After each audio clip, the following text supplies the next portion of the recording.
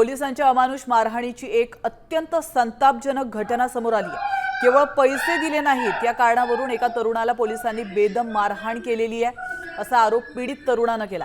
मारहाण इतकी भीषण होती की पोलिसांच्या हातातील काठी चक्क तुटली आहे, असं तरुणाने म्हटलंय। या घटनेमुळे शहरामध्ये खळबळ उडाली आहे। पोलिसांच्या कार्यपद्धतीवर प्रश्नचिन्ह उपस्थित केले जातात। पीडित तरुणाने या प्रकरणी न्यायाची मागणी केली आहे। खाकी वर्दीचा असा क्रूर चेहरा समोर आल्याने सर्वसामान्य नागरिकांमधून तीव्र संताप व्यक्त केला जातोय। तर ही घटना संभाजीनगरमध्ये घडल्याचं आपण पाहतोय।